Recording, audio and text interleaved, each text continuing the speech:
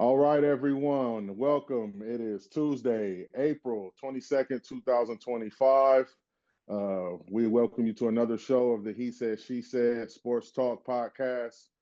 We are your hosts, Big Red and Tony. What's up, Tony? What's up, Big Red? How are you? Good, good. How are you doing? We have a special guest with us today. He's been on the show before, a good friend of mine, former Ohio State Buckeye and NFL player, Doug Worthington. How you doing, Doug? King and Queen, I am blessed. Happy to be on the show. Happy to talk about some sports. The beginning of this draft season is here. So just shine a Yeah, little light on draft it, though. week. So draft week, Definitely draft big week. draft week. NFL draft. A lot of players' dreams come true this week. Making it to the NFL. Lifelong dreams for a lot of kids growing up. Absolutely.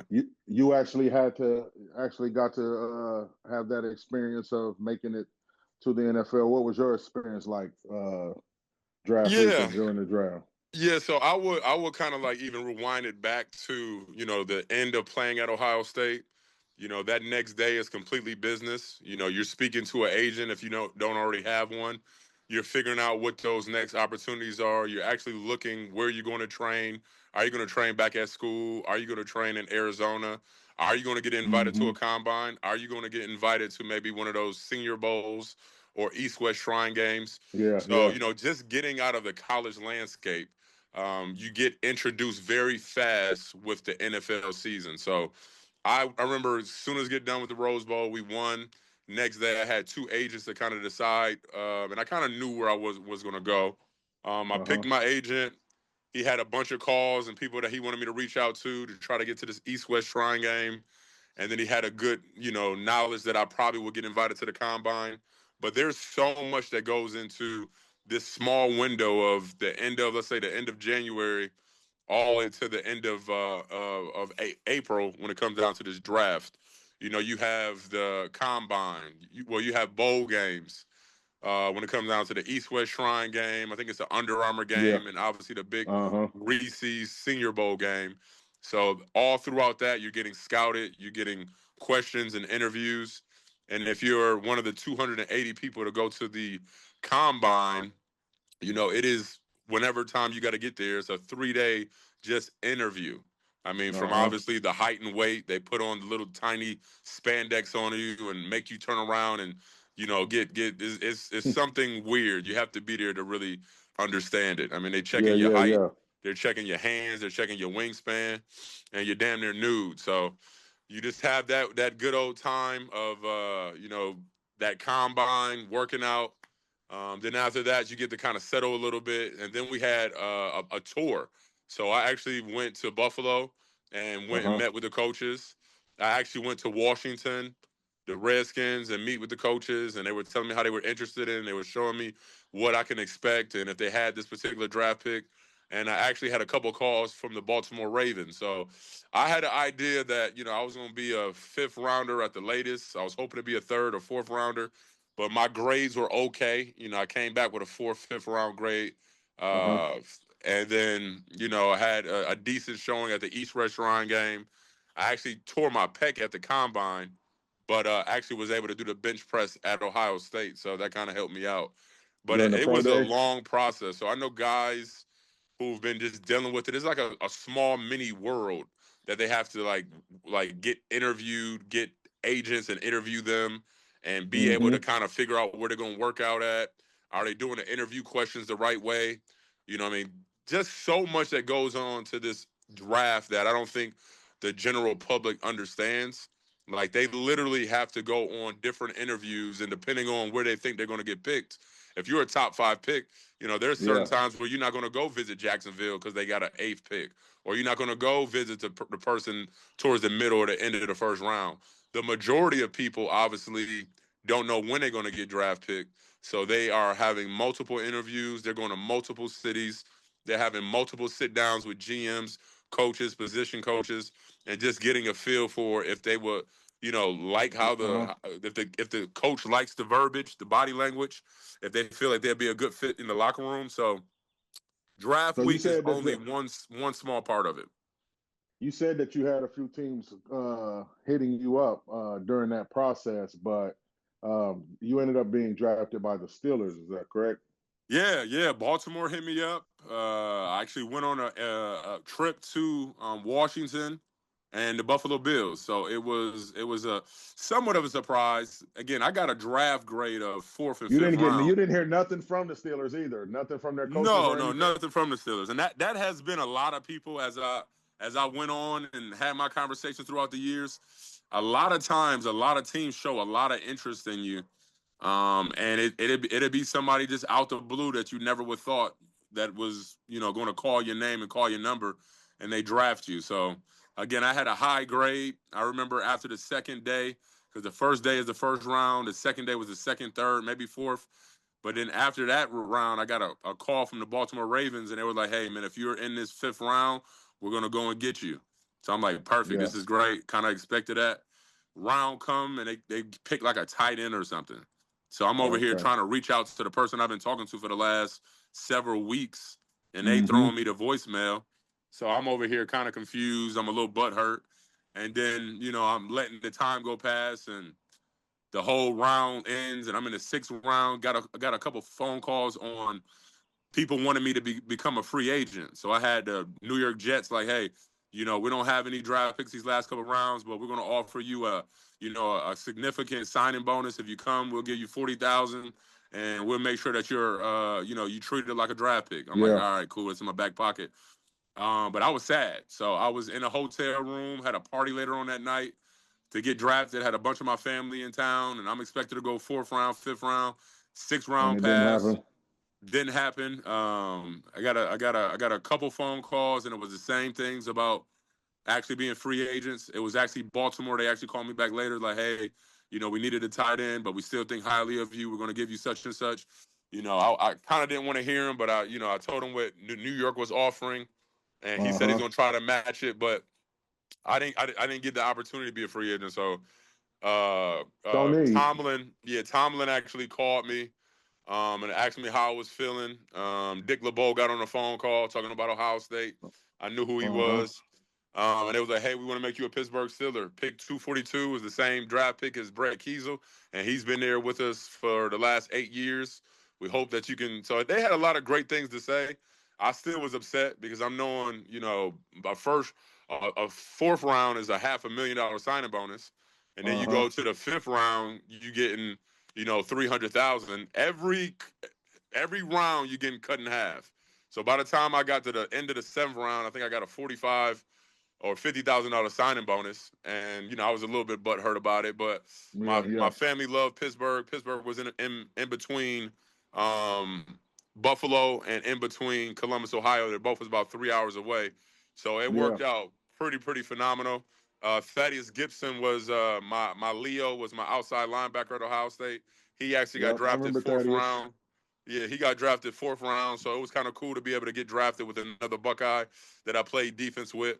And I got drafted right after one of their Hall of Famers did. So I got drafted right after Antonio Brown. He got drafted 195. I got drafted pick 242. So we were roommates Okay. going to Latrobe, PA, and things of that nature.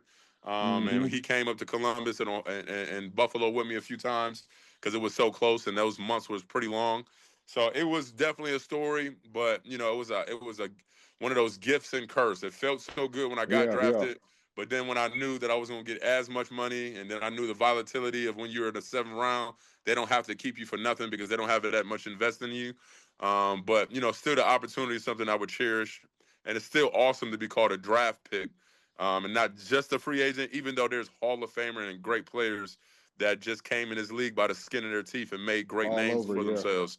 So it doesn't really Yeah. matter when you get drafted or if you don't get drafted. If you get that opportunity to play in the NFL, it's Mm-hmm. definitely a blessing, and I'm grateful. Definitely a blessing. Toni, how do you feel about draft week? I know it's your boy, her boys are the Bengals, so I know this draft is pretty important to them, making sure they Absolutely. strike on the right pieces, especially on the defensive side. So how you feeling this week about the draft? Yeah, I mean, look, I love the draft every year. Just all of the pre-draft analysis kind of gets to the point where you're like, okay, this is the 17th mock draft we're seeing from people. Like, I just want it to happen already. Yeah, But yeah, yeah. it is a very important draft for the Bengals.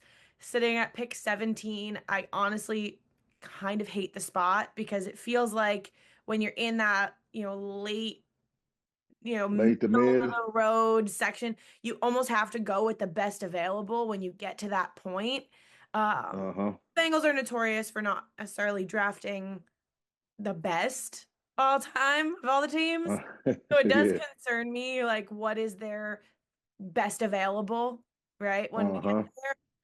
But I've seen a couple of really strong mock drafts, and we could walk away with some really good stuff. And some really great guys. So I'd be excited about that, but I'm trying not to get my hopes up with pick number 17. No, I think you should though. I think you should have your hopes up. I think they can get a solid player at that spot for sure on the defensive side. With this being a defensive heavy draft as far as defensive line and linebackers, it's pretty deep. So yeah, I think y'all should be kind of Jordan excited. Reed. I think y'all gonna get a steal actually with I that think pick. it's Somebody's Jordan gonna drop. latest mock draft. He's got Derek Harmon falling to the Bengals. From Oregon. Defensive tackle out of Oregon. Yeah. Yeah, that That'd wouldn't be a bad pick. Yeah, that'd be great. He can kind of play multiple positions on the defensive side. So, I'd be happy with that one. That'd be a great one. It doesn't matter where it's picked at. Like, who's a player that you would want on your team, the Bengals, to draft? Like, if they could defensively, like, who's the one player defensively that you're just like, I wish we could have him if we could draft him? Oh gosh, there's no way some of these fall to us, but like I know they're not going to fall, but just give me a player. I know I'm not saying they're going to fall to you realistically, but just give me a player that you would just love for the Bengals to have on the defensive side. I know it's kind of random, but I just figured I'd ask you. I like James. It can be anybody. I like James Pierce Jr. There's a chance he slips through. Yeah, he could definitely fall to 17. A lot of the draft mocks have him going sooner than that. Yeah, I don't see him not to 17. He might. I could see him going. I could see him falling to 17. I think so. I think the lowest I've seen him is 15 or 16. I don't think he's gonna slip that far. Nah, for sure. If not him, there's still some other ends out there. You got Michael Williams and there's also offensive line options that I'd be really happy with as well if we do go best available, right? Like Calvin Banks. What about O-line? From Texas, he could fall to 17. So if you get a chance to go best available, I'd be happy building both. Obviously, our defense needs work in a lot of different spots. And if we get a guy like Derek Harmon, it certainly makes a Trey Hendrickson trade a little easier. A little, not but a little. But if the goal is to keep Trey, I wouldn't mind, if you're going best available at 17, taking an offensive lineman. In your best. You definitely got to protect Joe. Somebody has to. Definitely. Yeah. Yeah, y'all gotta protect all that coin y'all got on the offensive. I think they got like 47% of their whole cap is in those three players, the two wide receivers and Joe Burrow. So obviously there's a lot that you guys have to kind of like manage. I don't know if you've seen the bookend from Texas A&M. I know they're middle of the pack and they're really good motors. Shamar Stewart. Yeah, Shamar Stewart, but also the other one is I think Nick Shorten. I think he's a little bit highly. Nick Shorten. Yeah. Yeah, so I think he might be a little bit higher ranked, and those are some guys that obviously you got the Buckeye that's retiring. What's my boy name? Hubbard. Yeah, Hubbard is gone. Then the other boy, I think the other cat wants a bunch of money, so I don't know if they settled with that. They didn't settle yet. Yeah, he's got 1 year left on his deal still, but show me the money. So I mean, I like the fact that you guys got some edges, and I know that's a part that Cincinnati was a little bit weak at, even though 91 did well on that side and getting career sacks, but you guys don't want to pay him. So I can definitely see you guys getting the edge. One thing that I would love to see that I don't think is going to happen is if that tight end from Penn State slips down to you guys. I seen a mock draft Tyler Warren where you had Tyler Warren slipping to 17. I I don't know don't if he'll think he go that will. far. I don't think he will, but just to That think would be about a the good pick, obviously the though. dynamics of what Burrow brings with obviously those two cornerstone wide receivers. If y'all can get a cheap tight end and have like a four-headed monster, you guys would be in a great contention to obviously win that black and blue division and maybe go far in the playoffs, getting Kansas City or maybe my Buffalo Bills. So It's Cincinnati crazy. got some to look forward to. It's Lots. crazy you mentioned the tight end because, like I said, if they weren't able to get Tyler Warren, which I don't think he would drop, they could definitely go for tight end in the other rounds too, because they got like Loveland from Michigan. You got the guy from Bowling Green, who I like a lot. So tight end is kind of deep this year in the draft too. So There you go. even if they Yeah. didn't get him in the first, get one in the first, they could get one in the later rounds for sure, definitely. Could certainly do that. Fairly happy with Gasecki at least for the next year. Uh-huh. But we do need somebody cheap. So even if it gets pushed to the 26th draft, I think they're a I good think y'all need to get a option. running back. I Uh, think the Bengals need to get a running back. yeah, again, like I said, this draft really needs to be focused on defense and O-line, in my opinion. Mm-hmm. A lot of the other things that we could improve on, like running back, adding a second running back that's, to pair with Chase Brown, or, Y'all can find it in the late rounds too, because yeah, running backs are deep as you can well. So find them in the late rounds, but also I'd be content to push that off another year. yeah, you don't want to pick up nobody in a free agent or nothing. I mean, Well, you could pick somebody up in free agency, but yeah, like yeah. in this draft, I do think I think the more pressing needs need to be addressed. Mm-hmm.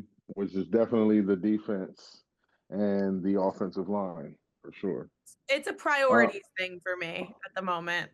But hey what Doug, are you doing over there at 32 with Howie making all his moves in the offseason? um, to be honest, I think either one or two things are going to happen with the Eagles.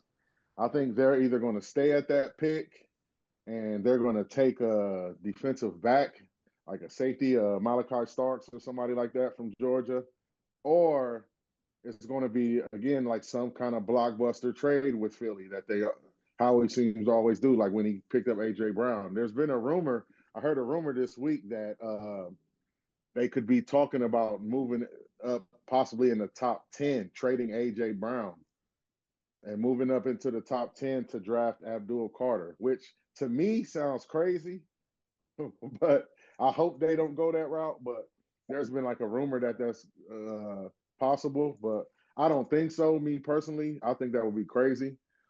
But I think I think they're going to go safety because we lost Gardner Johnson to free agency, so we need a couple. We're deep at defensive back, but we definitely need a couple more safeties. I think we'll draft safety for sure, and then if not safety, we'll go D line again too to help out with Jalen Carter for sure. A trade like that would be crazy because Abdul Carter should go in the He's from top three Philly, or and four. Yeah. he's from Philly, and his favorite team is the Eagles. And so, like, there's been like this thing ever since he's mentioned that, where it's just like Phillies might be trying to get him, find some way to get him. They have the draft capital to do so. I mean, they have the most draft picks in the next two drafts. So, I mean, they have the capability to do so. But I just think that would be kind of a lot That to would give be a up. reach.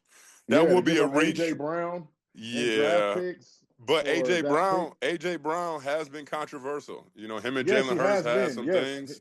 he The has fact that been he's on low the key a sideline diva. reading books, Yeah. trying to act like he's calm. I mean, it might Mm-hmm. bring a little bit of calmness to the locker room.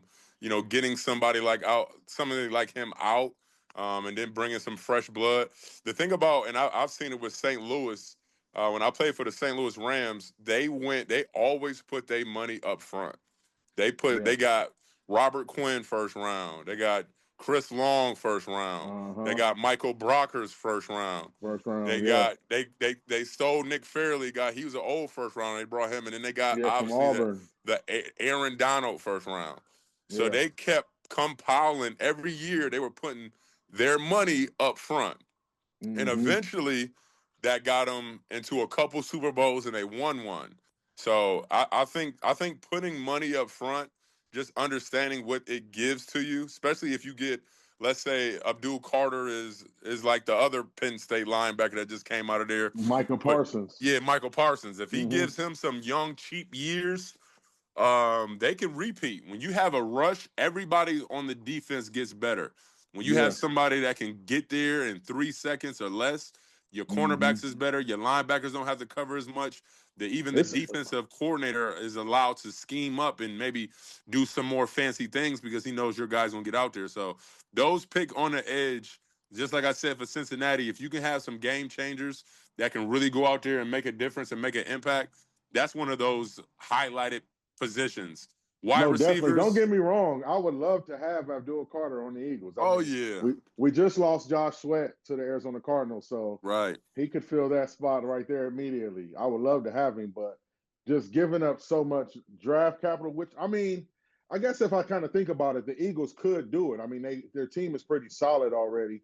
So, I mean, they could give up the draft capital for the next couple of years, and their team is literally one of the youngest teams in the league right now Yeah, with how scary. they drafted the last couple years. So, I mean, I could see it, but they're definitely going to have to. They would have to fill in that void for AJ Brown for sure. I mean, I don't know if they find somebody in the draft or trade for someone, but that Right. would be a piece that they would definitely need to fill for sure with that.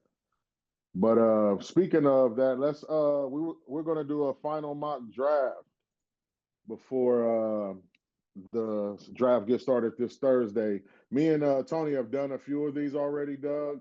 Nice. So this is the last one we're going to do. I guess you can join in with us about who you want. We'll start with the number one pick. Obviously, Tennessee has the number one pick. Yeah, I think that's a who lock. yeah, who do y'all have, Toni? Who do you have, Toni? Yeah, it seems like it's a lock for Cam Ward out of Miami, the quarterback. I don't agree with it. I still don't Me agree either. with it, I don't agree with it but either. it does seem like that is the pick for Tennessee.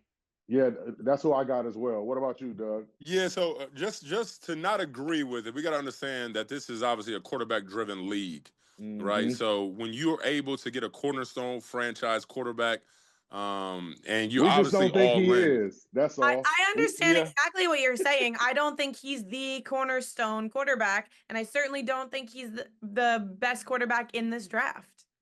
Yeah, Yeah, same. I mean, he shows some great things on the film, and he shows some nonchalant things. Uh-huh. I'm not completely sold on Cam Ward either. Watch him But play against Georgia Tech. Okay. yeah. I think he definitely, left something out there to be desired. But, when you're a GM, you don't get too many opportunities to pass up on certain talent because you could look at some of the games Patrick Mahomes played and you be like, I wouldn't think that he's a first round draft pick. I remember watching him against Baker Mayfield, and some of the things that he was doing was just super average. It was like, this can't be the Patrick Mahomes that been tearing Yeah. up my Buffalo Bills for the last years. But you got to be able to have that scouting eye and see those different ways that he shows you glimpses of the greatness. And you got to understand with the locker room that you're trying to put around him. And I think Tennessee feels like he has enough to go out there and give those different players that they have a fighting chance to get into some contention. Now, if he would do it, time will see. But I definitely know Yeah. that Tennessee is really high on good old Cam Ward. I just No, think it's a Caleb Williams 2.0 situation, right down to like the reckless backwards scrambles. The NFL level guys are going to hunt him down, and they're going to take advantage of that the same way that they did with Caleb Williams early in the season. It's just, it to me is another one of those like, yeah, this is a lock, but there's a better guy sitting right behind him. Like we saw it with Jaden Daniels had more success this season. Shador Sanders is the most NFL ready prospect from a quarterback perspective that I've seen in years. He is NFL ready. There are weaknesses, sure. And put him in last year's draft. You could make a case to me where he, sits very differently. But he's the best quarterback in this draft. No, I agree with you. Like I said, I mean, we talked about this before with the quarterbacks. Um, I'm not really high on any of them this draft. I mean, there could be a sleeper in there, but like I don't feel like one is just like head above shoulders above the rest. I feel like it's a lot closer than what a lot of people talk about. But obviously, like you said, Tennessee's high on Cam. I think they're going to take him there. Um, I think they're going to need a lot more pieces for him to succeed there. So I feel like it's going to be a big struggle for him his first couple years. I don't think they'll be like winning immediately right away. Like they got a lot of pieces to fill in Tennessee. So, but yeah, no, I think it'll definitely be Cam Ward number one though. Unfortunately for Titans. But at Cleveland is at number two. So who do you got at there, Toni? Oh, at this point, I've just said fuck it. That's where Shador Sanders should go. Yeah. And I I hope he doesn't go to Cleveland. I don't want to see him You in don't want to Cleveland go there? for I multiple hope he reasons. don't go to Cleveland. One, I don't think Cleveland is going to be a good spot for him to develop. Two, when he does develop, I don't want him in the same conference as the Bengals. Yeah. That's No, I feel you. I But feel you on that. like, how do you not? Like, I mean, the Browns do need a quarterback. Let's just be honest. two options. The Browns have two options. They should take Shador Sanders here, or they should trade back. Yeah, I agree with that. I think it should be one of the two. But I don't think they're going to take Shador there. Just because, even though I feel like they should, I don't think they are. They obviously need a quarterback. They just pick up Joe Flacco, and then they have Kenny Pickett. So I mean, they definitely need somebody there. They still got Massage Poppy, don't they? Yeah, but he's hurt. But he's hurt. He's out I for the guess. year. He retore his Achilles, so Man. I'm he doing won't this play this mock year. draft fully understanding that I'm going to be wrong. He said massage Poppy. I'm Go gonna be ahead, wrong. Toni. They are not gonna take Shador, but they should. They definitely should. Yeah. He is the number two. If you're gonna tell me that Cam Ward is better, fine, whatever. I don't think there's a case for that. I'm just gonna go out here and say I actually don't think it's that close. I don't think it's that close. I don't think they're that comparable. I think Shador is clearly better. I will have to agree to disagree on that one because I've seen some highlights and seen some films and seen some of the workouts that they worked out together at, and there was spots where you seen Ward, having maybe a little bit more touch, a little bit longer ball. I think one thing that Shador has over Ward is he has the pedigree.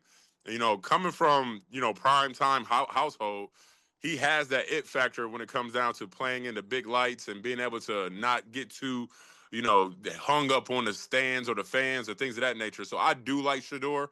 But as far as talking to Cleveland, obviously they just paid that man $40 million on that other side of the rush. I think that one of the biggest things that y'all didn't mention is if they're all in on defense, which I think they will have to be in this particular season, because I think a lot of teams, especially them, probably number one, are on the sweepstakes for the good old Manning draft next year. Because Manning is obviously coming in. He's a pedigree guy. He got the name, and everybody's been wanting him to be good out of Texas. So I think Manning is going to get a lot of love from them next year. But I think, the guy we talked about earlier, we talked about Penn State, Abdul Carter, to pair him on one side and then have, that Texas A&M legend, that $40 million guy, and Myles Garrett. I think that makes it really scary for that division. I mean, you got two guys on each edge, and obviously Myles is Myles, but, you got a formidable rusher on the other side that can keep the one-on-ones pretty limited.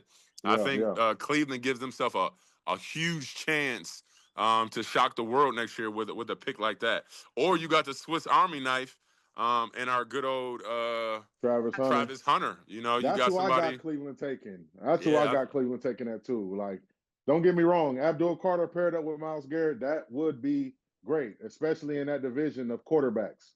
Where you got Burrow and Lamar.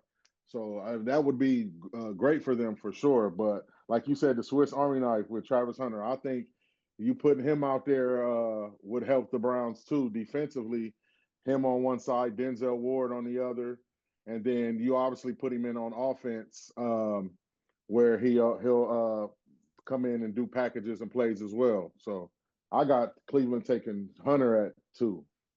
Yeah, I think both Colorado prospects have been severely underappreciated in this draft. I think it's absurd. Some of the things that like have been said, Ryan Clark got on the air and straight up said that Travis Hunter was not a top 5 wide receiver like or defensive player, which is just That's it is crazy. fucking bullshit, honestly, at Yeah, this yeah, point. There's yeah. so much Colorado hate that's so unnecessary, and it's just coming their way, what? Because they're popular, because they Uh-huh. don't need you and your money, like because they've been successful.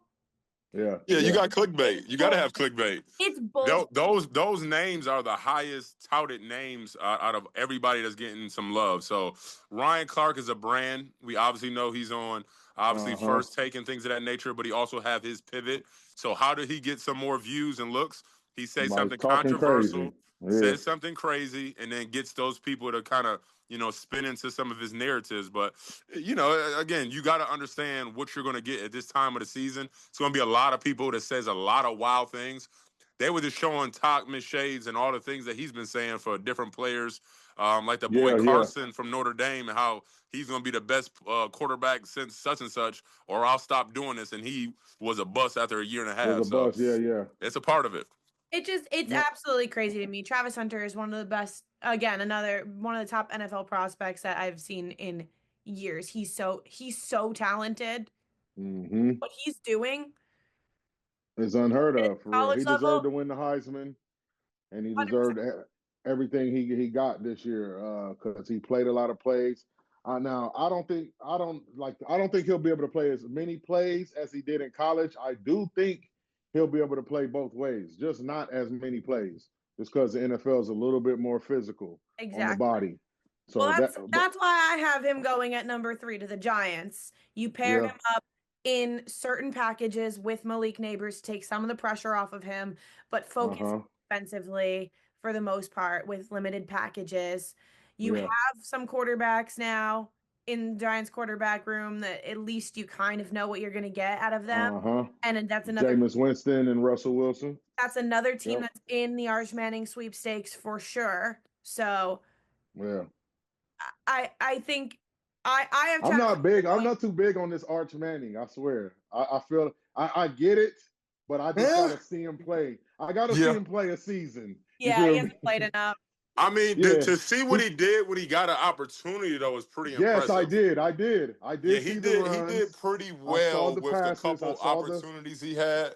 I saw the And little again, juke he gave dude and ran on that long run. I seen all of that, but I just need a little more yeah, you. for So, me and to. another thing, it's the pedigree. That's why I give Yeah, Shador a little it's bit a of a Manning. nod. Yeah. His dad being Deion Sanders, it is a mental component that a lot of people don't understand when it comes down to going to that next level. And when you have a pedigree and family members and people who's been there and be able to at least give you some inside knowledge, Yeah, it that goes a helps long way, especially in the quarterback definitely. room. So you talking about a Manning, and obviously you got his dad, you got His his uncles, uncles. Like, come on yeah, now, his that is something grandpa. interesting.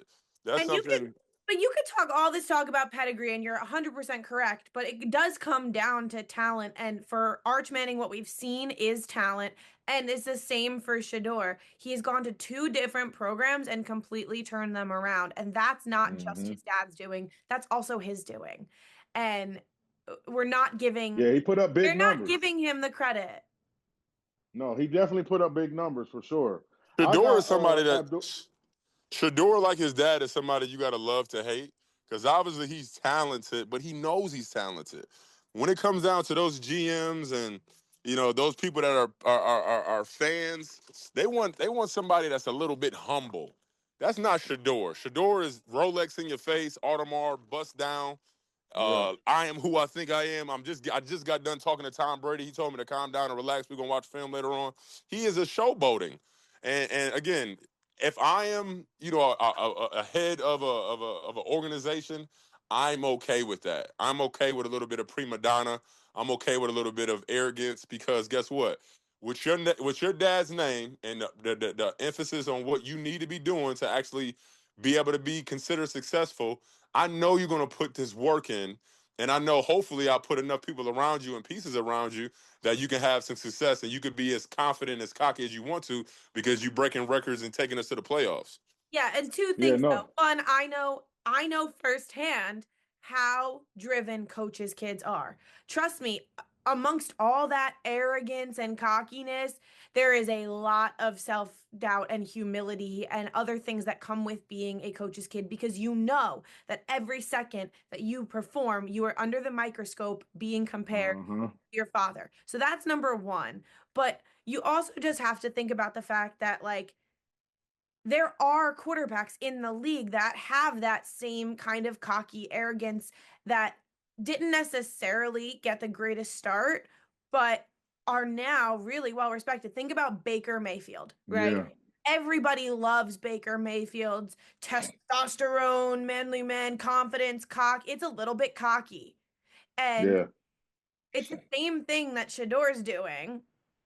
It is, but Baker Mayfield didn't have to live up to his dad's name and wasn't in the same NIL spotlight that Shador Sanders is. But everybody loves Bake and they all follow him and they want to follow him. And there is something to be said about that confidence, that cockiness, that aura, if you will, that people follow and their and teammates love. No, definitely. I agree with both of y'all. Y'all both make some good points on Shador. I'll be interested to see in where he will get drafted and how his career turned out. It's definitely going to be under the microscope for sure. I took the Abdul Carter going with the Giants. Doug, who did you have going to the Giants? Oh, he's muted. So I either have this the Abdul Carter, or I have our guy Shador. So I feel whoever Cleveland doesn't get, the other team will get. So if Cleveland picks Shador, I think it'll be a no-brainer for Abdul Carter to go to New York. And again, vice versa. If they get Abdul and pair him with Myles Garrett, I think New York would be kind of crazy not to pick a quarterback like Shador Sanders. So does that mean that you have Travis Hunter at 5? I do. Going to Patriots. At 4? So I got him going to the Patriots. Is that 5? That's 4 or 5? No, that's 4. That's 4. Yeah. That's 4. Yeah, I will have him going to the Patriots just because I mean the Patriots. They have a decent amount of pieces. They got the quarterback piece that they feel really high on. Sure. So I think they can get the best available and somebody who actually like kind of is almost a unicorn. I think Travis Hunter is a unicorn. If he pans out even halfway as good at both positions, or he becomes just a good Pro Bowl wide receiver or a Pro Bowl cornerback, I think he will be a good pick for any organization to get him because he's a guy that loves football. I mean, they say around the campus he's the guy that's always watching film. He's always doing rehab or is already doing things to get his body right and condition. Because to be able to play 100-something snaps every game is something that's never heard of. I believe personally there's a bigger jump from high school to college than it is from college to the pros. Yeah, because that clock is a little bit faster in the NFL. And obviously, I mean, you're going to get bigger, faster, stronger. But, at the end of the day, it's like, they get tired too. They get hurt too. They got TV timeouts too. And the fact of you going to play in college and play the way that he did and win a Heisman, I think he's going to be destined for greatness. I think when it's all said and done, he will be probably the most talented, most revered, most accoladed and award-winning player in the draft. Because, I mean, I just think that he's a football player. No, I definitely think so as well. That's my gem out the whole entire draft too, is Travis Hunter. But who do you have, Toni, at 4 for New England? Yeah, this is where I have Abdul Carter going. I think honestly, everybody says the New England Patriots need to address the O-line. They need to address the O-line. They need to address the O-line. They could absolutely do that. But in my mock draft scenario with Shador going number 2, Abdul Carter does fall here, and you can't pass up on a talent like that. You can't pass up on the best Patriots available. are a year away from being competitive anyway because they have so many pieces to fill. So they can absolutely focus on a multitude of things. They don't have to go O-line number 1. Gotcha. I got him going O-line too. That's where I got him going. I got him taking Josh Simmons tackle out of Ohio State, which is kind of high for him, but Yeah, that's you've got your Ohio State guys way higher than they probably should be. So I'm just gonna give that to you just because it's Ohio State. Yeah, that's a yeah. big jump. I know they had the They got him Texas as a guy. first round grade. To me, he's the better tackle. He just had the injury this past year. Right. That he's Not going to Will have to come back Campbell out from. of LSU. That's not a better tackle option for you. Nah, nah, nah, nah. I like Will Campbell. I got him in the top 10 as well. But I like Josh Simmons for real. If he can come back from this injury, I think he'll be a solid piece for whoever picks him up. And if he falls, he'll be a steal 100%. Definitely. But I do have Will Campbell in my top 10. I'll let you know where when we get to it though. But at 5 for Jacksonville, I'm gonna go ahead and throw mines out there. I got Jalen Walker, the linebacker from Georgia. To me, he's kind of Abdul Carter-ish, and Jacksonville definitely failed their last couple draft picks with drafting pass rushers. The one guy from Georgia, their number one pick, the Walker guy, he hasn't lived up to it, being the number one overall pick. So I got them going Jalen Walker, linebacker. What about you guys? Who you got, Toni? I don't think there's a better player team fit here than Mason Graham out of Michigan. I think the Jaguars need to shore up in That's good. D line. And if you just watch him, sorry, Big Red, but if you watch the Michigan Ohio State game, you see everything that you need to know about Graham there. He led all college interior defenders. I think the kid's a stud. And I think that's a perfect pairing. Yeah, no, that's not a bad pick. I mean, they need to definitely go defense for sure, in my opinion. What about you, Doug? Who do you have? Yeah, so I was definitely agreeing with you guys. I just brought up my guy Devon Hamilton, who was Ty Hamilton's brother, but I used to train them both back in high school and Ohio State. So I think Uh-huh. they don't need to get Graham as much as you might think. I think they do get a guy from up north. Like they got the cornerback Troy Johnson. I think cornerback is a bigger need for Jacksonville. So I can see them going and grabbing Troy Johnson because the intangibles and the numbers and even his workouts have been pretty phenomenal. I don't like to talk about the Wolverines, but he looks like he's a top 10 pick, and I think Yeah. they'll grab him out of that good old up north area. I actually had Will Johnson, that is. I actually had him Will going Johnson. to Jacksonville in one of my previous mock drafts, but he kind of slid in this one. So definitely. The next pick at number 6 would be the Las Vegas Raiders. Toni, who do you have the Raiders taking? So obviously in a lot of mock drafts, this is a nice spot for Shador. A lot of Mm-hmm. people have him going here or they have him going to the Saints at 9. So definitely a lot of different options based on whichever analyst you trust the most. But I have Teteroa McMillan, the wide receiver out of Arizona, going here.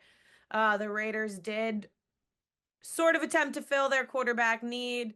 So they've got Geno. Geno Smith now, and it's an offense that needs juice. This was a pretty juiceless offense last year. Besides Brock. Besides Brock. Yeah, So yeah, it yeah. needs some things to pair with Brock Bowers. So you've got the quarterback thing handled. Now you go get a wide receiver that has the juice. He's got like a 6'5" frame or something like that. Yeah. Yeah. Big guy, big kid. Yeah, he's 15 plus yards on Per 90 catch. career plays and 43 missed tackles. Like he's a very, very solid wide receiver option. And can be really Mm-hmm. explosive for them. Now he's definitely a weapon, for sure. Doug, did you say who you had? Who do you have the Raiders taking? For the Oakland Raiders, He said the yeah, Oakland. no, I seen the wide receiver, McMillan. That was on the mock draft that I was looking at. I didn't really get to see too much of them. I wouldn't mind them getting Shador. I know. I think their dad said something about it, but yeah, Mm-hmm. it's Raiders. You know, I don't know. They need a little help. I didn't like the fact what they did to that coach last year. They didn't give him a real chance. But Yeah. my little bit different feel for the Raiders. No, I feel you. I got the Raiders going offense as well, Tony. But I got them going running back with Ashton Genty. Um, Pete Carroll, he's back at the coach now, and he's usually run first kind of guy on offense, play action, like how he did in Seattle with Marshawn Lynch. So I got them taking Ashton Genty with that pick. I think he'll help them tremendously. They need a running back, obviously. And it kind of fits the mold of what Pete Carroll wants to do. So I got him taking Ashton Genty with that pick. Number 7 is the New York Jets. Tony, who do you have the New York Jets taking, which is up by your area anyway? Oh yeah. Don't care about them. No, this is where we've talked about him before, but this is where I have Tyler Warren going. Obviously not falling anywhere near 17. So the Bengals wouldn't have to worry about that. But yeah, I think the Jets tight end room, devoid of any kind of real top tier talent, they definitely need a top tight end, and Tyler Warren is exactly that. He can also help the run game. He's a phenomenal blocker, so he would add that as well. No, that's a good piece too, as well. I have them taking Jahad Campbell, a linebacker from Alabama.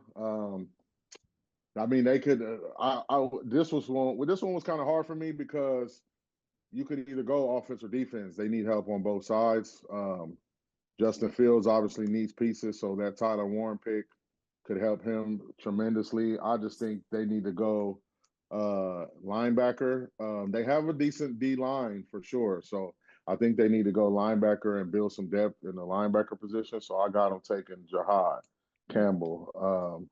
Doug, who do you feel the Jets should take? So I think obviously they had a lot of in betweens when it came down to the guys up front. I think the defensive line is okay, but I see them getting a big tackle out of LSU. What is that? Will Campbell. Will Campbell. What is it, Campbell? Yeah, Will Campbell from LSU. Just letting it's almost like a present to Justin Fields when somebody go pick up a cornerstone offensive lineman, offensive tackle, that's letting their quarterback know that, hey, we value you and we want to protect you. So I think that's almost the best present you can get a quarterback is a little bit of help for his blind side. No, definitely. That's dope. I mean, both of y'all's picks are good picks for them. You can't go wrong. They need everything. So at number 8, we got the Carolina Panthers. Tony, who do you like to see at the Panthers? Who do you got in your draft for the Panthers? Yeah, this is where I have Will Johnson going. Cornerback, Michigan. Yeah, cornerback out of Michigan. They need more consistent coverage core. They allow so much explosive pass play. They definitely need that kind of help. So, I think that's a really good pickup for them. I mean, no, that would be a good pickup for them because he could team up with J.C. Horn, who they just signed to the biggest deal for a defensive back for a cornerback in NFL history. So those two could definitely team up and become a nice pair for the Panthers. I have them taking Mason Graham right here. I feel like they need some beef in the middle, and I feel like he could fit that mold. Another guy who could fit that mold is the guy from Ole Miss. Can't think of his name, but I think his last name was Walker. But no, I got Mason Graham though for the Panthers. What about you, Doug? Who do you have Carolina taking at number 8? Yeah. So I definitely agree with you to shore up that up front, that defensive line.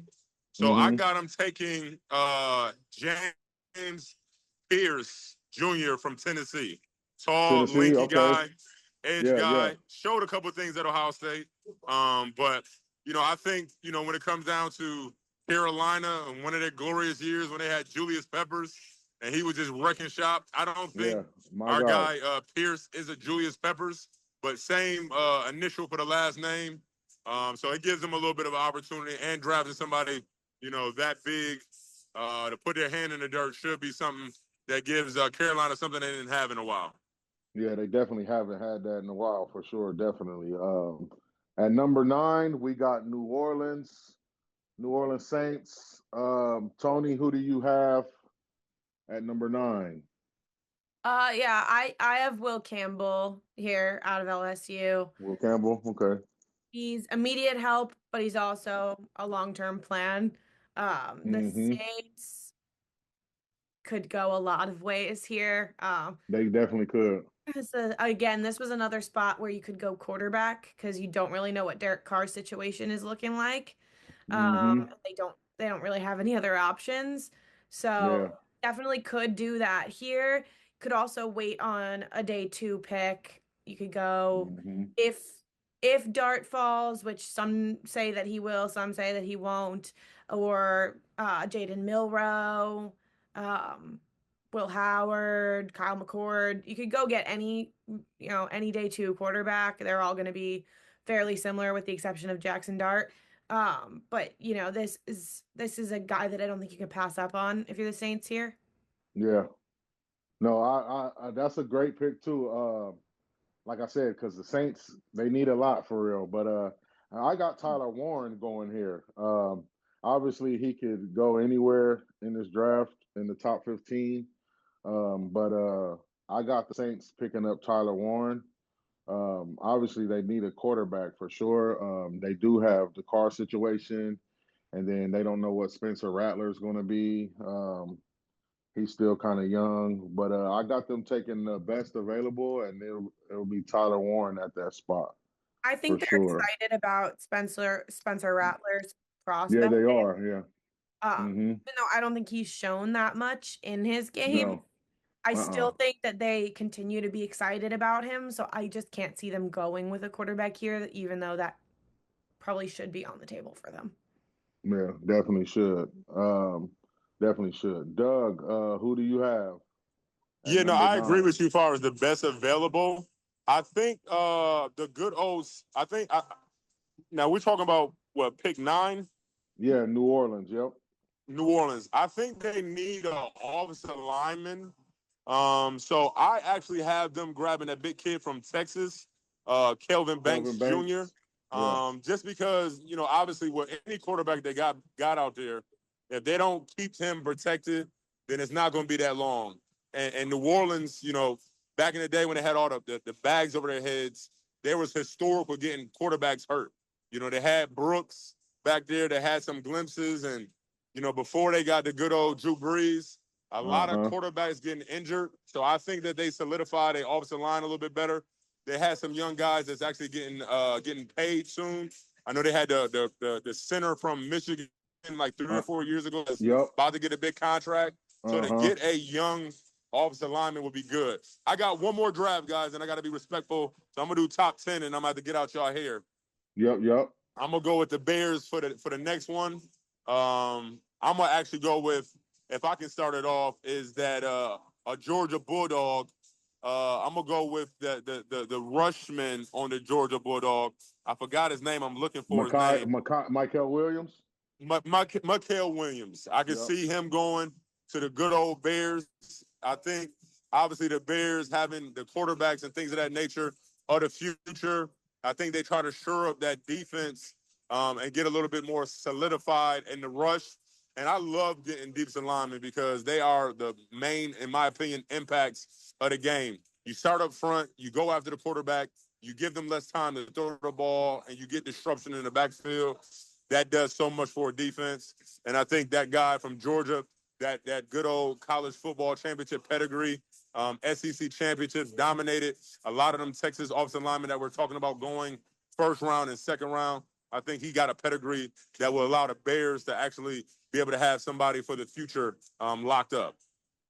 No, definitely. I mean, that's a good pick for them. I mean, the Bears definitely need both sides of the ball. I got with them taking Will Campbell here from LSU. Obviously, Caleb Williams needs help on that offensive line. He got hit a lot last year. struggled a lot, so he needs as much protection as he can get. I got him taking Will Campbell. Who do you have taking, Tony? Yeah, I think they did a lot of work on their offensive line in the offseason so far with free agency. I think they've done a fantastic job. So I think that they don't necessarily have to take an offensive lineman here. So I have them going with Ashton Genty. I think they can definitely use some running back help here. Yeah, Uh, he's such an interesting prospect. He potentially could be a top 5 prospect, which would make him a steal here at 10. yeah, Um, definitely. so it's definitely, I mean, the team has some needs, but it's hard to argue against adding running back depth to a team like the Bears. No, definitely, definitely. I mean, you're right about that. That would be a good pickup for them with some of the weapons they have on the receivers. They have They need a great receiver options. good I've piece told at you running time and back. time again, Rome Odunze going Yeah. to be phenomenal. I cannot wait for him to really blossom as a receiver. No, definitely, definitely. He's a good young player for sure. Great receiver. Got picked number 10 or 9, I think, last year. But no, these are definitely all good picks. Doug, I appreciate you coming by and doing our mock draft Absolutely. with us.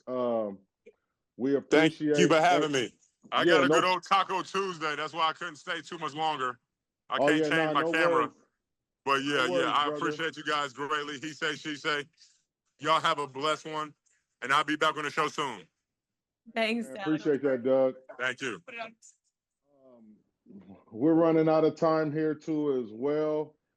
Next week we will definitely touch on NBA playoffs. Um, I want to give a shout out to Cam Jurgens, the center for the Philadelphia Eagles. He got his contract restructured, 4 years, 68 million, 39 million guaranteed. So shout out to Cam Jurgens. He took over for Jason Kelsey and has played phenomenal ever since. So he deserves all that contract. We appreciate you guys and joining us for our NFL Draft Week edition of the He Said, She Said Sports Talk podcast. We are your hosts. I'm Big Red. This is Tony. We appreciate y'all. And as always, is love and peace.